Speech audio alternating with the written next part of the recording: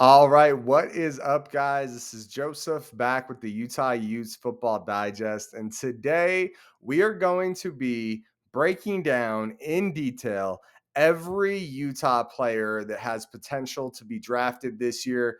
Obviously, I'll spend a little extra time on the big names, but it's going to be a ton of fun going through them all, guys. It's going to be awesome. I'm sure today it's not just going to be Utah fans watching. We're probably going to have NFL fans whose teams might draft one of these guys, and possibly NFL fans whose teams drafted one of these guys watching the video after the fact. It's going to be a ton of fun, guys. We're going to break down the film. We're going to show some film. I'm not going to break it down too much, but I'll show some highlights.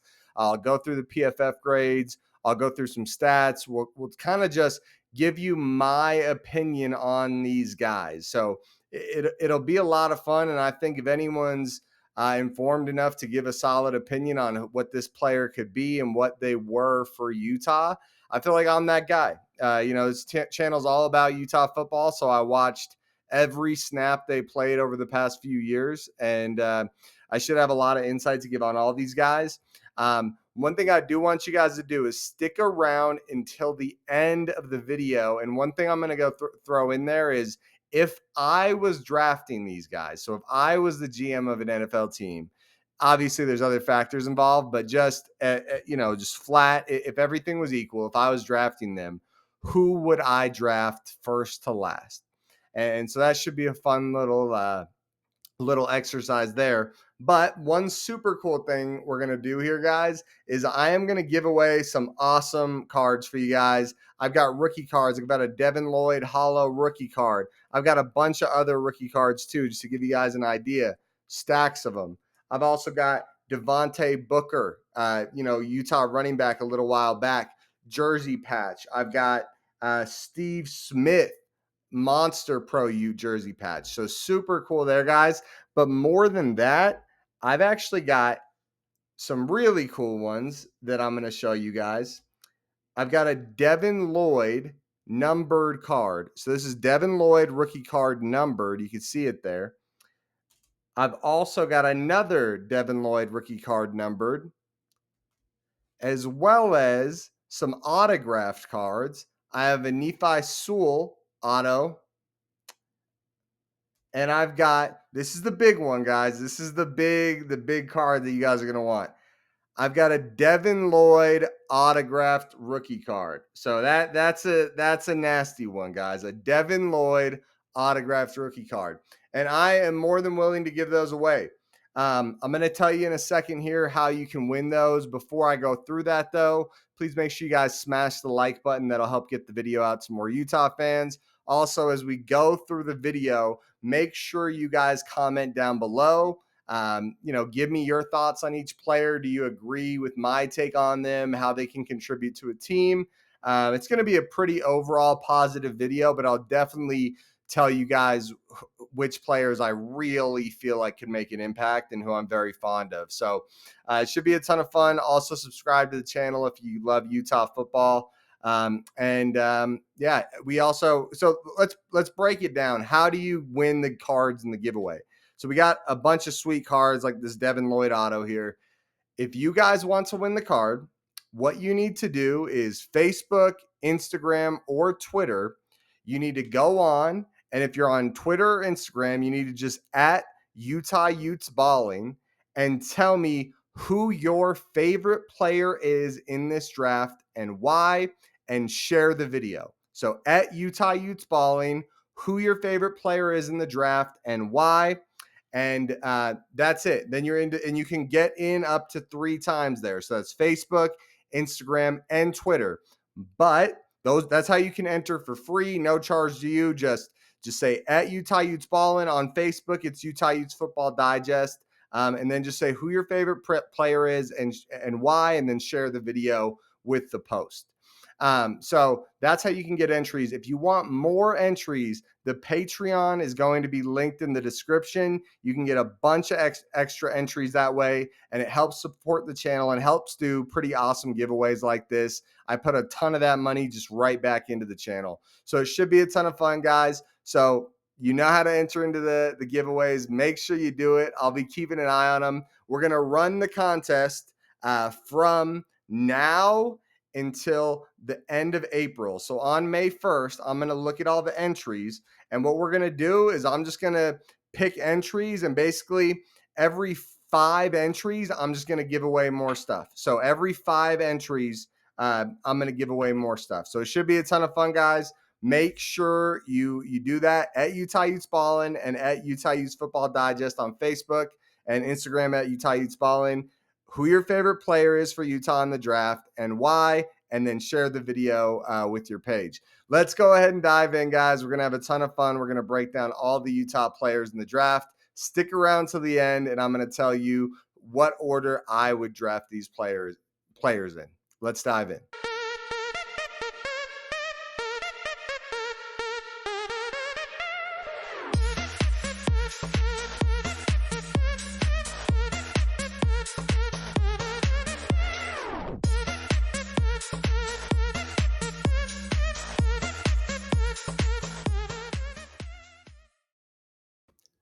All right, people. And the first Utah player we are going to discuss is going to be Cole Bishop. Cole Bishop has been a huge part of this Utah defense over the past few years. He comes in 2021 and is just a super good run defender. You could see it there in the PFF grade, a 90.7 with an 83.6 tackling grade. Just a straight stud for Utah when going against the run.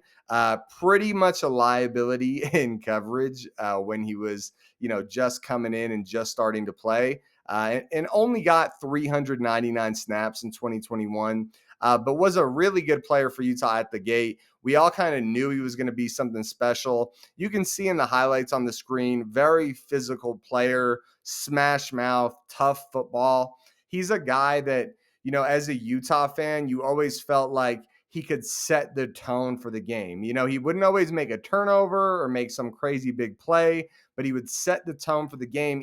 Like you look here in 2021 on 399 snaps, he had 21 stop plays. So what a PFF stop play means is that means it's a negative play for the offense. So neutral or negative. So that could be a stop at the line. That could be a tackle for a loss, something like that. But that's just to give you an idea what this guy was doing as a freshman. Then we head into 2022, right? His coverage gets way better, a 74.2. Overall defensive grade, 75.5. Becomes clearly one of the best players on this defense. You can see it right here. 15 hurries on the quarterback. A safety, guys, with 15 hurries on the quarterback. That's more than one hurry per game as a safety. And, at 17 missed tackles, that's a little high. But you also got to understand the context of that. Cole Bishop is going in to take people's heads off when he hits them. If you're watching this and you're a fan of an NFL team, you should understand that you're getting, if your team did draft him or is looking to draft him, you should understand that this kid is a freaking animal, lays the wood and just gives it his all in every hit. So the missed tackles do happen, but the big hits almost outweigh the missed tackles. Then in 2023, he came down to earth a little bit. The overall numbers are a little lower, like the hurries and stuff like that, but he did miss a little bit of time. I do think 2022 overall was a better year. He also played, nearly 150 more snaps. But he's a guy that 2023, the defense had so much pressure put on them with Cam and the offense. Not like, Cam wasn't around, Brent Keithy wasn't around, and the offense wasn't moving the ball like they usually do. And so I think for him to do what he did, I don't think you can take those numbers at face value. I think sometimes PFF grades show lower and sometimes they show higher. For me, Cole Bishop is clearly a lower PFF grade than what he deserves. But a really good player, guys. I can think of good games he had where the PFF grade after the game I just did not agree with. Now, again, I don't go back and watch every single play for every player, but when you're watching the guys, you get an idea of who's screwing up, and you can't trust the PFF grade 100%. So kind of his draft projection for Cole Bishop. Cole Bishop is a guy that Draft Buzz has projected as a 4th-round pick, but Mel Kiper has Cole Bishop as a top 60 pick. I've seen him as high, like I just said, as the 2nd round. So he's a guy that's going to go. I doubt he actually doesn't get picked up before round 4. My thought is Cole Bishop's probably going somewhere on day 2 in the 2nd or 3rd round. So that's Cole Bishop, guys. I hope I gave you a well-rounded take on who he is. I'll also put this up real quick. If you look, Cole Bishop's NFL grade, you can see it on the screen here. His NFL grade is a 6. What is it? Let me see. You guys probably already have it on the screen. All right. Where is it? Oh, there it is. Okay.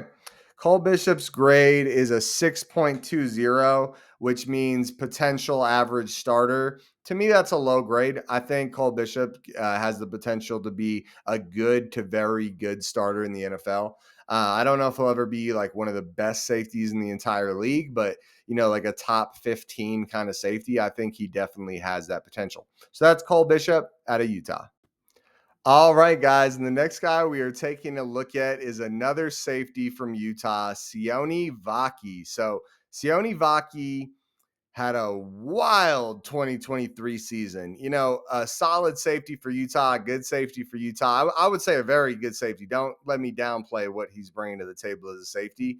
But kind of out of nowhere, all of a sudden, he becomes a running back for the team in the Cal game, I believe it was, when he first started playing running back, and just starts blowing up games, like 50-plus yard runs, just taken off. And before the season's over, has over 300. It's like 360 yards. You'd have to look it up, but looked awesome.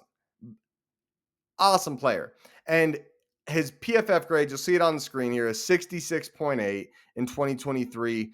Do not let that fool you guys. He is better than that. Don't forget, he was playing both ways for a lot of that grade. And that's both ways with the defense having a ton of pressure on them, guys. Like the defense had a weight on their shoulders. Like you got to have some sympathy for him. So you take a look here, guys, on the PFF stats, 17 stops. 17 stops, that's a great number, right? That means he's a playmaker. He's getting things done, making plays behind the line, at the line, making it happen. A little high on the missed tackle percentage, 14.3%, but 5 hurries is a safety. That's pretty impressive. 38 total tackles. And I really can't stress enough, guys, he had a ton on his shoulders, and I think the safety play suffered from the exhaustion of playing both ways and the pressure of doing that. Look back at his numbers in 2022. Yes, on about half the sample size, but 321 snaps is not a tiny sample size, guys. 321 snaps is huge. 300, that's like crazy. That's a good, or not crazy, but a very good sample size where you could take a lot from that, right? And look how much of it was run defense and coverage for his sample size. Really good numbers there. Very few missed tackles on 32 total tackles and 17 stops on 321 snaps. So similar story to Cole Bishop, where they both had very special 2022 years, and 2023 didn't quite make out as special. Where Sione Vaki, he was really special as a runner. I wouldn't be shocked if teams were looking at him potentially to be a running back or to be a guy that can be a safety on the roster and maybe contribute on special teams. I'm not a coach, but I think it would make sense if people are looking at him more of a versatile tool than just a safety. But let me tell you where I think Sione Vaki brings his real value. So in 2022, guys, that 321 snaps, more than half of those snaps, almost all of those snaps, were at slot corner. And I think that's where a head coach with the right mindset drafts Sione Vaki, right? Draft him as a guy that you think can be a really good slot corner and a gadget. You could throw him in on offense a little bit. And I know that sounds wild because it's the NFL, but that's really how you could use this guy. He's that powerful. He's that deadly. He really could be that type of weapon for you. I mean, right now he's projected as a fifth round pick here. You've got his RAS scores. Uh, very good athlete, right? Not the cream of the crop, but very high. I mean, cream of the crop basically is not too many with a higher RIS score than Sione Vaki. Cole Bishop, I believe, leads the class in the RIS score. Um, but a really good player, guys, and with the right mindset for a coach, he can be a super deadly tool. But with a coach that just wants a really good slot corner, I mean, Sione Vaki's your guy, and he's nasty against the run. So I think someone's going to get a steal with Sione Vaki. Let's pull up or you guys are probably already seeing it, but I got to kind of cycle through these. Um, Looking at him, he's graded as a 5.68, which is kind of borderline roster guy, according to NFL. I really don't think that's right. Just being honest with you, I really think that's way off. I think a lot of people didn't know who Sione Vaki was. Um, because he didn't have a crazy high number of snaps in 2022, and they don't understand how special he was in 2022 and the factors that played into maybe under not bad defensive play in 2023, but not what you'd expect of a stud like him, right? And I just think whoever gets him is getting a monster slot corner and a guy, you could play him at safety. Like, don't get me wrong. I don't think he'd be a bad safety in the NFL, but I think his value is a slot corner. I hope someone sees that, especially in like a zone defense sort of situation. I could see it being just such a great fit. So that's Sione Vaki, great player. All right, guys. And now we are going to be talking about an edge rusher from Utah that really shined last year and has kind of improved every year, but last year just kind of really exploded. And that's going to be Jonah Elliss. If you are a team that got Jonah Elliss, you should be very excited. Not that any other players aren't exciting, but Jonah Elliss had a special year last year. I don't think anyone was really even considering Jonah Elliss to be a guy that could declare early, right? It didn't look that way heading into last year. You look at the PFF grades here. 2021, very limited reps. You noticed him as a guy that could kind of fly around the field. Kind of played he was a edge rusher, but he was this kind of a guy that would just chase down runners. You saw the speed, you saw that he was athletic, but wasn't really wowing you, right? On 118 plays, he had 7 hurries, which is very good. Like, looking back, obviously, you know, hindsight is 2020, but looked like a guy that could be good, right? And he has the pedigree of Luther Ellis at Utah, and so we all were excited about him. But in 2021, I don't think he understood just how good he was about to be. And then in 2022, he's got 394 snaps there, which means he's a starting edge rusher for Utah. We rotate in and out quite a bit. And on that, he has 21 hurries and 14 stops. 14 stops is a huge number, just to give you guys an idea. That means as an edge rusher, that's 14 neutral or negative plays. So almost one out of every 20. It's like one out of every 25 or 30. Jonah Elliss was making a negative play for the defense, which is pretty wild. And then you got 25 total pressures, 21 hurries, like I said, 18 tackles. Not a ton of misses for, D lines. Sometimes are counting like you get one arm on them. That's a missed tackle, but a 73.8 grade. Like, you liked what you saw. You thought good things about Jonah Elliss, and you thought he could be very good, but you weren't expecting this explosion that we saw in 2023, which is what you can see on the PFF grades. An 85.3 grade, guys. I believe I pulled it before, but I believe that he is clearly the highest edge rusher when you're looking at guys with 500 plus snaps. So just to give like grade wise, he's not even in the ballpark of anyone else. Don't quote that stat, but it's something along those lines. I pulled it a few months ago. I don't know it off the top of my head, but an 85.3 grade, guys, that's not good. That's elite. And that's going against some of the best offensive linemen in the country, and Jordan Morgan from Arizona and Talisi Fuanga from Oregon State. I mean, he played both of those guys, right?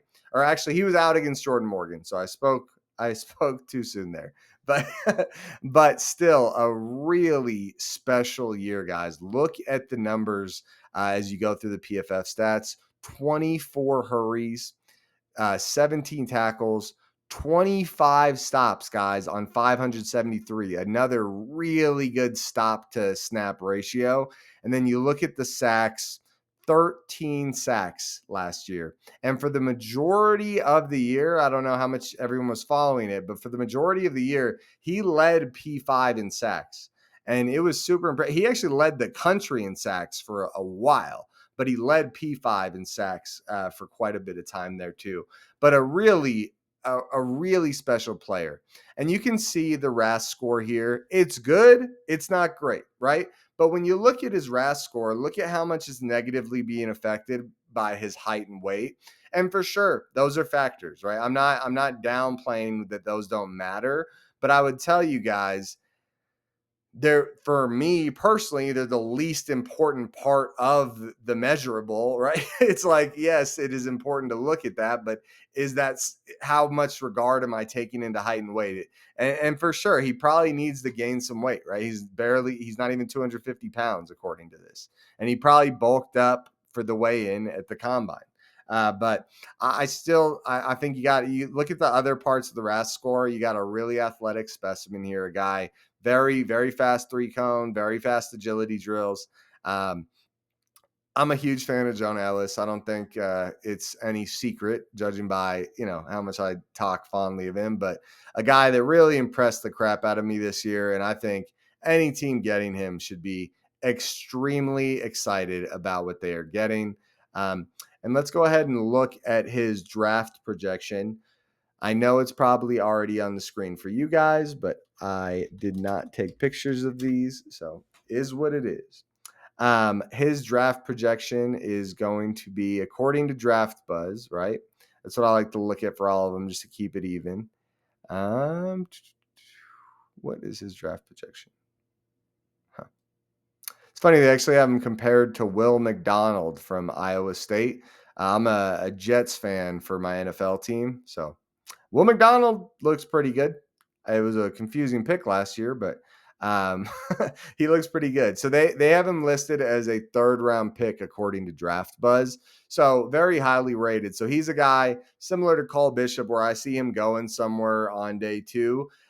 Different than Cole Bishop, though, I could see Jonah Elliss falling to early day 3. I think it's stupid if he does fall to day 3, but I could see it happening. And I think, go. The highlights are on the screen, right? You guys are watching them right now. Look at how special of a player this guy is. I mean, anyone that could, if you get this guy on day 3, you got one of the steals of the draft, right? If you get him on day 2, you got a steal as well. I don't want to get too into it, but I personally feel, I said it a lot last season, where I would not be shocked if someone picked him up in the 1st round, where it feels like now there's not a lot of hype around that, right? But early 2nd is kind of where I see him starting to hit people's boards. It's like, okay, like this guy's, I mean, he was one of the better edge rushers in the country, guys. He's very, very good. So that's Jonah Elliss.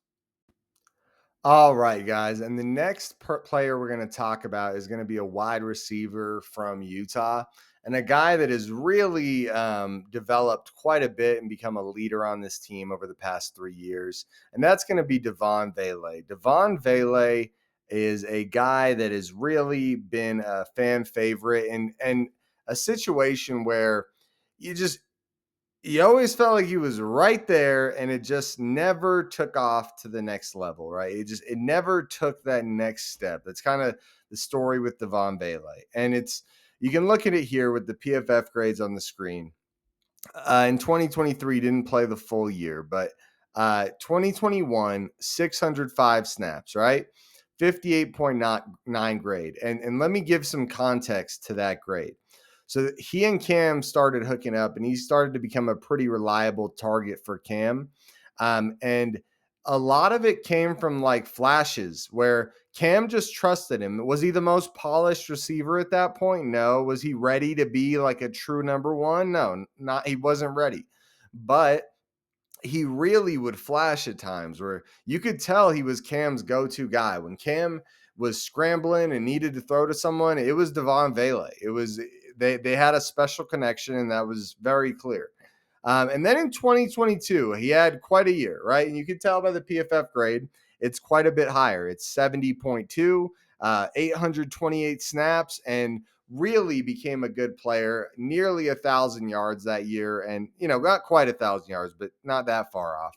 And a guy that I thought really started to look like a good to great receiver at that point.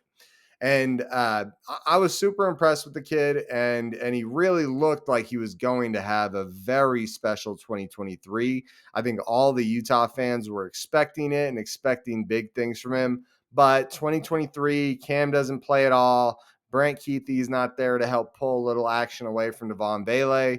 And Devaughn Vele was spotlighted most of the year as a receiver. I mean, you got to think about the rest of this team that we had out there. Devaughn Vele was going to be the guy you were keeping an eye on. And so in 2023, just didn't have the season we all expected. But I'm telling you guys, the quarterback play, if you guys followed Utah at all, obviously Utah fans know, but if you guys followed Utah at all, you'd know the quarterback play was rough in 2023. It really was. It was embarrassing. And he still flashed. There was a few games. I could think of that Baylor game. He had a nice play there. Then he had that one highlight. I forget which game it's in where he sandwiched between two guys, just reaching the ball out into the end zone. What a nice play. That was such a nice play. And I think that kind of puts Devaughn Vele in context. So the RAS score, it's not bad, right? 8.47, something like that. And it's a good RAS score. It's not amazing. And he's not strong. I feel like similar to where height and weight are kind of like low end ones for a wide receiver. How much does your bench press matter? Like, how much are you benching guys? Anyone that says getting off press doesn't understand football. If you think bench press helps you get off press, then I don't know what to tell you there. What helps you get off press is grip strength, tenacity, stuff like that, and your swipe and your chop. Like, bench press isn't helping you get off press. But what you do see with Devaughn Vele's RAS is, a good broad jump, a good, very impressive 40. I actually feel like that is a little faster than his field speed. That's pretty quick.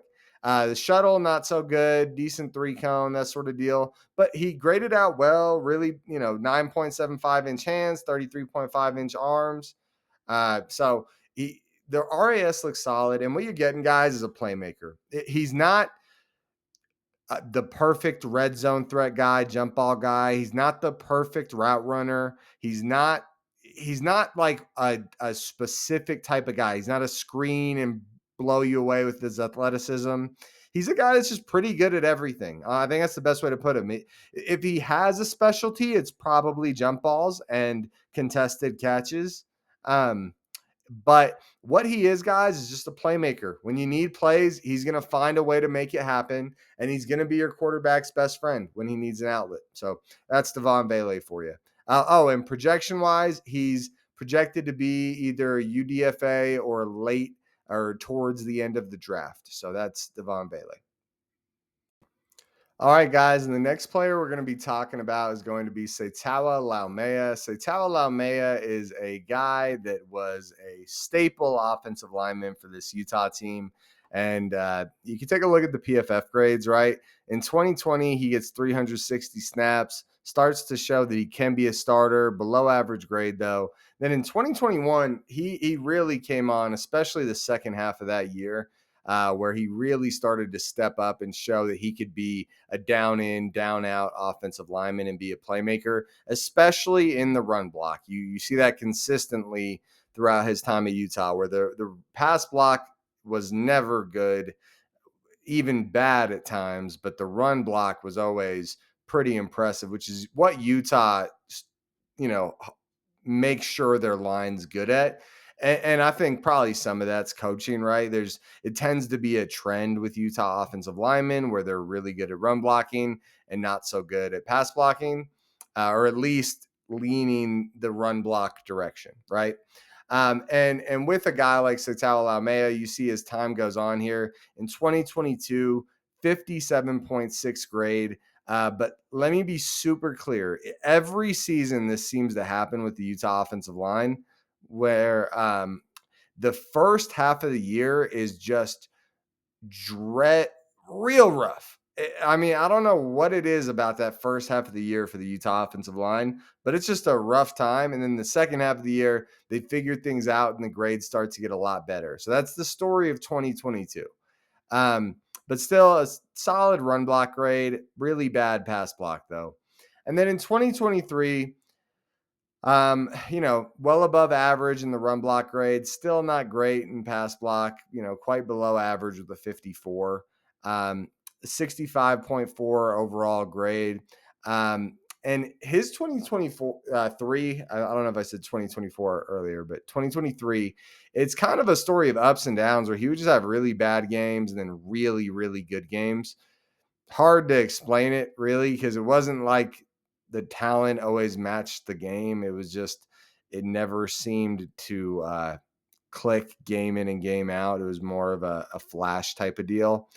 And you can take a look here. His RAS scores are not very good, right? Especially because he didn't do the 40 and he didn't do the agility testing. And I think when you're a guy like him that didn't have crazy numbers on the other thing and isn't a locked in first round pick, I think that's kind of a bad sign. And I don't want to be negative here because I do think Sataoa Laumea can be a very good prospect. Draft Buzz actually has him as a fourth round pick. I think I've seen fifth, sixth round as well. Like he's projected to get drafted for sure. And he's been a staple starter for Utah for a while. So it's no surprise people would want him on their team. It's a tough one though, where it's a lot of inconsistency. I think what you're getting with Sataoa Laumea is a guy that with the right offensive line coach can be really, really good. He's a good run blocker already, probably serviceable run blocker at the NFL level. And at the NFL level pass blocking though, he's going to struggle mightily. Especially if they keep him at tackle. I think you look at his size, I think there's a really good chance he's going to get moved into guard. And I think that could be a really good option for a team, especially, pass blocking is much less important for a guard than it is for a tackle. It's still important. He's still going to need a good coach to fine tune that. But the good run blocking can make up for some of his deficiencies in pass blocking. But I would say overall, if you do draft, say, Sataoa Laumea, I would imagine you're going to want him to take a year to develop or maybe 2 years. And I'm a fan. I really am. I'm a fan of Sataoa Laumea. If you want to see him have success, I don't think he's like a plug and play NFL guy right now because of the pass blocking struggles that have just consistently been there year in and year out. But a good player and a good run blocker and a guy that does have the potential to be an NFL starter. So that's how I feel about Sataoa Laumea. All right, guys. So we are a little over the halfway point. So if you have stayed this long and you haven't already, please do smash that like button. Also, don't forget about the giveaways we're doing. We got a couple auto cards here. We got number cards. If you guys are appreciating it, make sure you guys tag at Utah Utes Ballin on Instagram and Twitter, or at Utah Utes Football Digest on Facebook. And, just give us a shout out, share the video, tell us who your favorite Utah player in the draft is and why. And I will make sure you are entered into the draft. If you do it on all three platforms, you get 3 entries. If you want more entries, donate to the Patreon. The link is in the bio. It means a lot. And I'm not going to advertise it too much more. I just want you guys to know. So let's talk about Keaton Bills. Keaton Bills is a guy that is just an awesome player. And I think the big difference between him and Sataoa, I would imagine Laumea has a better ceiling than Keaton Bills does, right? You can look at the RAS score for Keaton Bills. It's not impressive. It's actually kind of bad. It's average to below average. And when you're saying average, you're talking about an average of everyone that's been measured over a long time. And you don't want to be average when it comes to RAS scores. Just to give you guys an idea. But Keaton Bills, consistency. That's what you're getting with this guy. I'd say out of him and Laumea, I think if you want a day one plug and play guy, I actually think I'd lean Keaton Bills over Laumea. Now, Laumea, like I said, has the higher ceiling, but Keaton Bills has really been a solid, consistent guy for Utah for a while now. You look at that. In 2020, he really starts to get some playing time, 226 snaps, 59.6 grades. So not good. It's below average, but it's not terrible. A lean towards run block, and below average pass blocking. And then you have 2021, a 62.3 grade, which is a little below average, but definitely not bad. It's starting to get good. And then he has a 63.6 run block grade, which is about average, and a pass block grade that's horrendous of a 48.1. But then he takes a step in 2022 with a 71.7 grade, basically right down the middle with pass block and run block, 68.9 and 70.6, and really becomes an impressive player for Utah.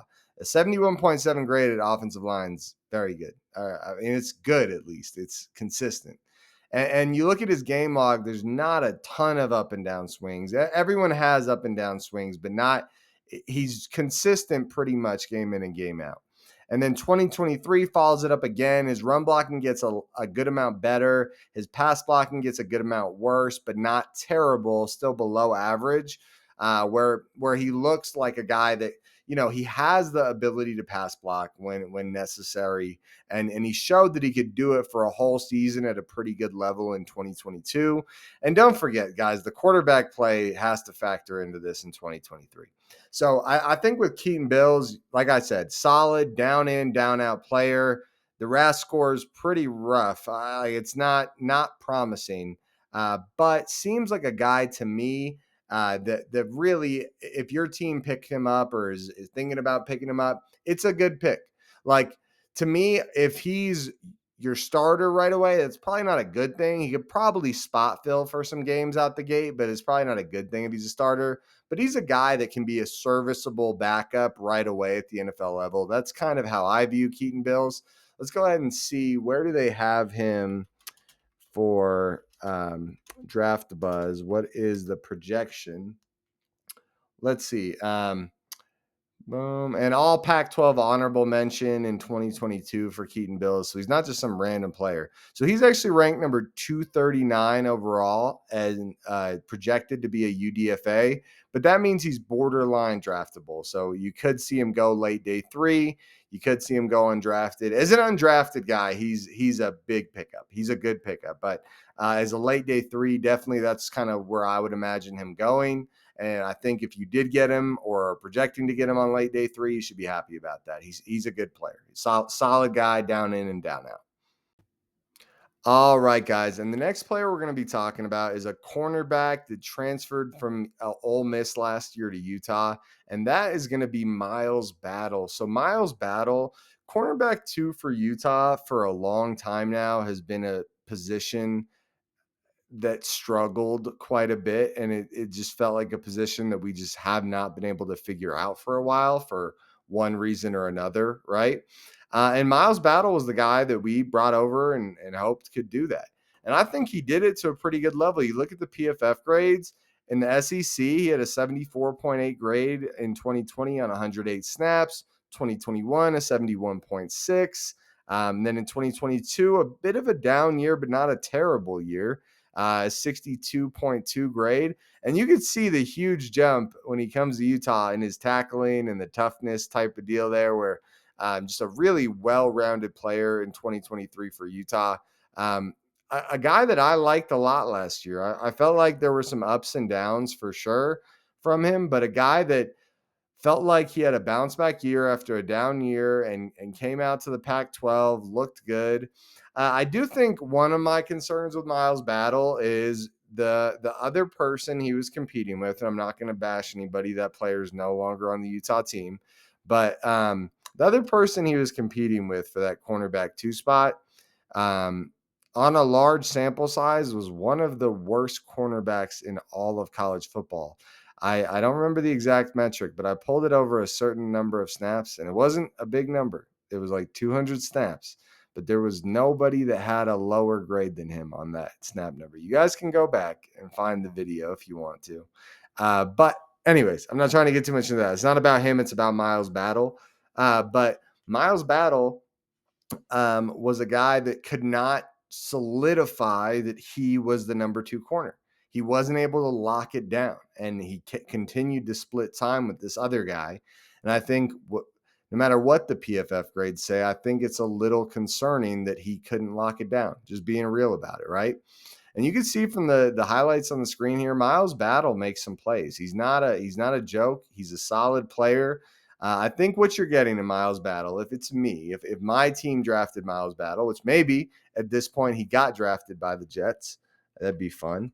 And obviously I root for all Utah players in the NFL. I think what you're getting is a guy that could be a good starting corner in the NFL. You know, he's not like a slot only or something like that. He's like a guy that has potential to be a good corner at the NFL level.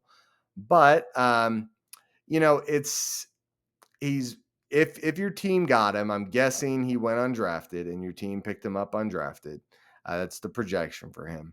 And I think what you're getting is a guy that will take a little while to get there, right? He'll take a little while to get there, but once he is ready, he has a good ceiling. You can look at the RAS score. Let me grab that on my screen. You look at the RAS score here, guys. It's 9.50. That's a really good RAS score. He's fast, and I think there's a chance he could go late day 3 because of the RAS score, right? But either way, I think you're getting a guy with some upside here, and I don't think you're spending a lot to get him, whether that's a UDFA contract or a late day 3 pick, and kind of a gamble for sure. A guy that I wouldn't, if your team picked him up or if your team is thinking about picking him up, I wouldn't lock him in as a guy that I expect for the future. But I think right away it could be a decent depth corner, right? He's not going to be terrible. He has the athleticism to play in the NFL. And, you know, it'll probably take a few years to get there, but could be an NFL starter once he takes that next step. So that's Miles Battle. All right, guys. And this next player is going to be a tight end, a guy that you know, is not American, is originally from it's either like Australia or New Zealand, but he was a rugby player and he came to Utah to become a football player. And I think the PFF grades reflect that. You know, he's a guy that was very raw coming in, and you know, he gets his first real shot in 2022 to get a good amount of reps and looks pretty dang good. There were some big plays in 2022. He had that big play running over the Utah safety, Bullock, whatever his name is. And it was, you know, Thomas Yassmin looked really good. And then in 2023, injuries derailed his season. He didn't really play most of the year, so that grade's not 100% true. But didn't do great when he was playing. Now, again, as I mentioned with Devaughn Vele, the quarterback situation for Utah was so freaking rough last year that a lot of this grade is from him not having good quarterback play. So don't hold that against him, right? Don't hold that against him too. I mean, take that into account when you look at his grade, right? That's what I'm trying to get at. And with Thomas Yassmin, let's see where he's projected as far as draft buzz go. And you can see the highlights on the screen here, guys. Thomas Yassmin is very athletic and very talented, right? He has that upside. There's a reason Utah was willing to take him and try to turn him into something, right?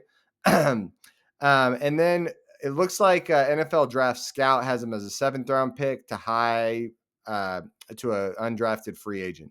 I'd be surprised if he got drafted. Not bewildered, but I think that he's very unlikely to go drafted because he hasn't shown it at a large sample size at any point that he could do it.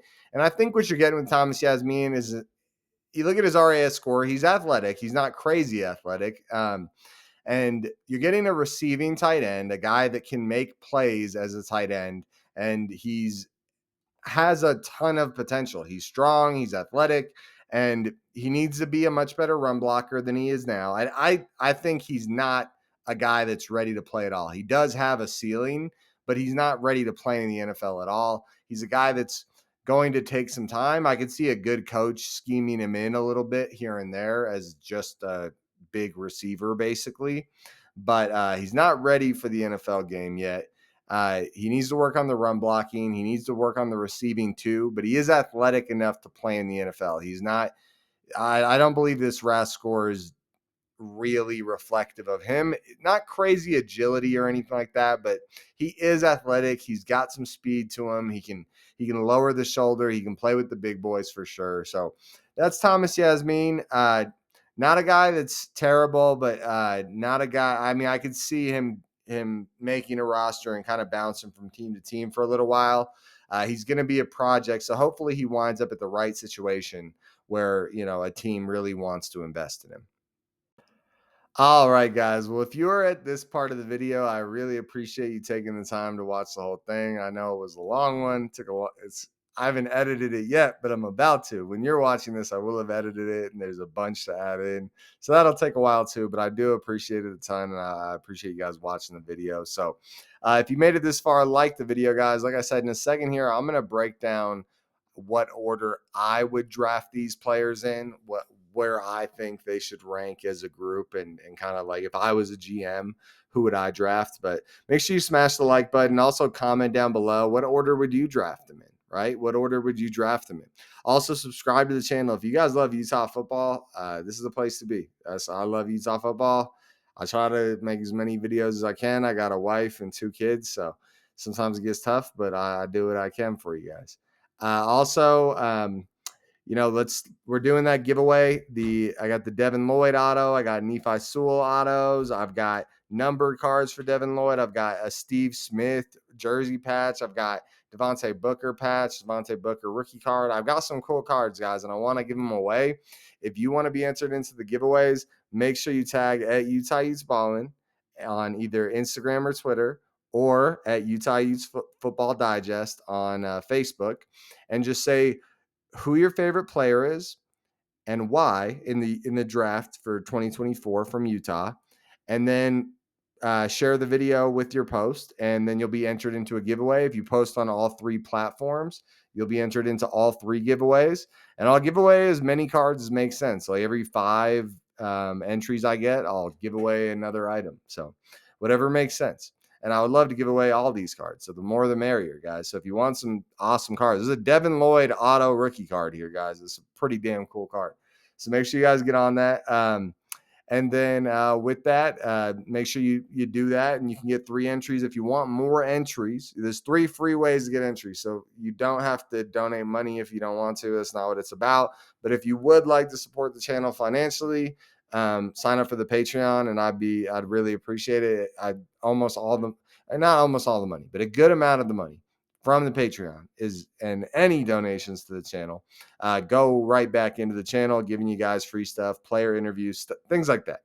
But anyways, let me tell you guys how I would draft these players.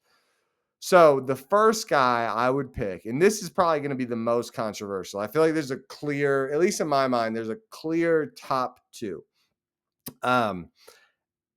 In my mind, there's a clear top 2, and I think that's the most controversial, is who do you take first? And for me, it's Jonah Elliss. Jonah Elliss had such a special year, and I really believe that if I was a GM, I'd consider him late first round, early second round. He is a special player. I would not be shocked at all if he went in the second round. And would I be surprised if he went in the first? Yeah, but would I think it's a bad pick? Probably not. He had a wildly good year, and he comes from an NFL pedigree. He's a beast. He's a guy that teams are going to be happy that they picked him. His size could make it take a year till he's really ready, but it's not like he's going to take 3 years to get good. He's already really good at football. He might, and he's athletic. He just might take a little bit of time to get the size on to be a down in, down out guy. But right out the gate, you've got a third down edge rusher, right? And that's worth a second round, late first round pick if you get a good one. So that's kind of how I feel, and that's why I have him as the top guy for me in this draft. Next up, the guy I would pick second is going to be Cole Bishop. So those were the clear top 2, right? if I was an NFL GM, I would pick Cole Bishop second. I think Cole Bishop's just tough as nails. He's a team guy, just a athletic, but also, his RAS score, I believe it's the highest for any safety in this class. Don't quote me on that though. Um, Really impressive kid, and has gotten really good in a short amount of time and lays the wood. If you're looking for a guy to come in and set the tone for your defense and be an immediate impact starter, I think Cole Bishop's your guy at safety, and I think he's worth a second or third round pick for sure. I would not be the Jets. That's my team, and the Jets are a team that could draft Cole Bishop. Like we could use a safety, and I would love it if we got him, especially in the fourth round. Obviously, for him, I don't want him to go in the fourth round, but as a Jets fan, I would love it if he fell to the fourth round and we got him. So that's how I would have those guys. The next one is kind of tough for me. I think the next one for me would be Sione Vaki. It's close though with a couple guys for sure. I think, but Sione Vaki would be the next guy, and the reasons are what I was saying earlier when I broke down Sione Vaki, that he can be an awesome, like best in the league level slot corner. He really can. Like, and I think you're going to get him at a spot in the 4th to 6th round where you get one of the best slot corners in the league in like the 5th round, you're ecstatic. Like, so for me, he'd be next up in my book if I was going to be drafting these guys. And I do like Sione Vaki a lot. And again, you can use him as a gadget, maybe a little bit of returner here and there. And maybe throw him in at running back when you need him, right? And slot corner's not out there every play, so he'll get some rest on defense too. So he's a guy I really like, and I think similar to Cole Bishop, he just kind of sets the tone. So it'd be just to recap that, I really like Sione Vaki, and I think he could be one of the best slot corners in the league. Next up, I'd probably go with Sataoa Laumea. And I know I spoke not negatively about Sataoa Laumea, but cautiously about Sataoa Laumea, breaking him down. I think he's got an okay floor, right? I think, especially if you're drafting him as a guard, you should not. If you're looking to start him right away, do not draft him as a tackle. Like if you're looking to start him right away and you draft him as a guard, it's not a great idea, but is what it is. Go for it. But I think he can be a good guard in a year or two and be serviceable at guard pretty early, pretty quickly, right? So that's kind of where I have him. I just think the ceiling could be very good, and that's why I would take him there. The next guy is Keaton Bills, who I would take next. Keaton Bills, again, a better floor in my mind at guard than Sataoa Laumea, but not quite the same ceiling. I have them really similar. Like, for me, I would take these guys both in the 5th to 6th round range, like where it's just kind of like, I want an offensive lineman. I pick Sataoa Laumea first because if you're picking as 5th or 6th round offensive lineman and expecting him to start, that's just bad GMing in general. But so I'd pick Sataoa Laumea, but then I'd pick Keaton Bills soon after him. It wouldn't be, they're very close in my mind because of the safe floor. It's like, hey, if you just want a guy that you can put as a backup, that's what you're looking for, that's Keaton Bills for you. Okay, the next guy I would pick is going to be Devaughn Vele. Devaughn Vele has a lot of potential at receiver. I'm impressed with the 40-yard dash he ran. And just to be clear, I actually think as a player at his position, I like Devaughn Vele more than Keaton Bills and Sataoa Laumea. But that's not how the draft works. Receivers get undervalued big time because there's so many good ones that, for me, Devaughn Vele is going to be about like a 6th round type of guy. As an actual talent, I personally like him better than Laumea and Bills. But I think there's going to be 30 better receivers in the draft that you could get before Vele, maybe 20, 25. So you can get Vele in like the 6th round, and that's why I'm picking him after those two. But he's a guy that I think he's got a safe floor, and I think he has a high ceiling. And I could see him being a guy similar to Puka Nacua last year. Obviously, I don't expect him to be Puka Nacua, but a guy that gets underdrafted a lot but makes an impact. Not a Puka Nacua impact, but like a 300-yard type of impact next year if he gets in the right offense and someone, could see him being good and gives him some playing time. After that, I would go ahead and pick up Miles Battle. Miles Battle, again, end of the draft, UDFA type of guy. Stash him on your roster, try to develop him into something. Could be a serviceable backup somewhat soon, but that's not what you want to bank on. You want him to get better over time and use his athletic ability as the projection for him to be a good starter one day. He's not there yet in my mind. But if a defensive coordinator knows how to use him better than I do, I mean, I would love to see him be an immediate starter. I'd be really happy for him. Thomas Yassmin would be the last one for me. I hope I didn't miss anybody here. I think I've got everyone. We got Jonah Elliss, Cole Bishop, Sione Vaki, and then I had Sataoa Laumea. So Jonah Elliss, Cole Bishop, Sione Vaki, Sataoa Laumea, Keaton Bills, Devaughn Vele, Miles Battle, Thomas Yassmin. So, yep.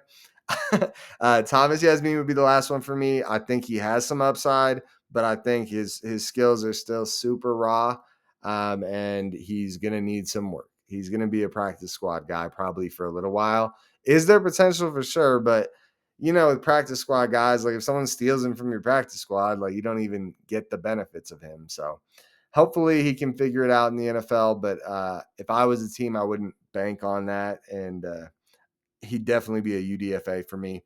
But either way, guys, that is the video. I hope you appreciated my breakdown. I think Utah, this has probably been the most deep draft of guys for Utah since I've been covering the team. I started doing it right as the 2021 season started. So it's been a while now. So I appreciate you guys that have been along for the ride. Anyways, though, we'll end the video now. Like I said, guys, enter in for the giveaway. Should be a ton of fun. If you made it this far and you haven't liked the video, I mean, just go out, just do it. Come on. Comment below, guys. How would you draft the guys? What do you think of the video? What are your thoughts? Is what it is. Any politeful critiques are welcome. Subscribe to the channel if you haven't already and enter that giveaway. Donate to the Patreon. I'm out of here, guys. And I'm not excited to edit this video. It's going to be a grind. Go Utes.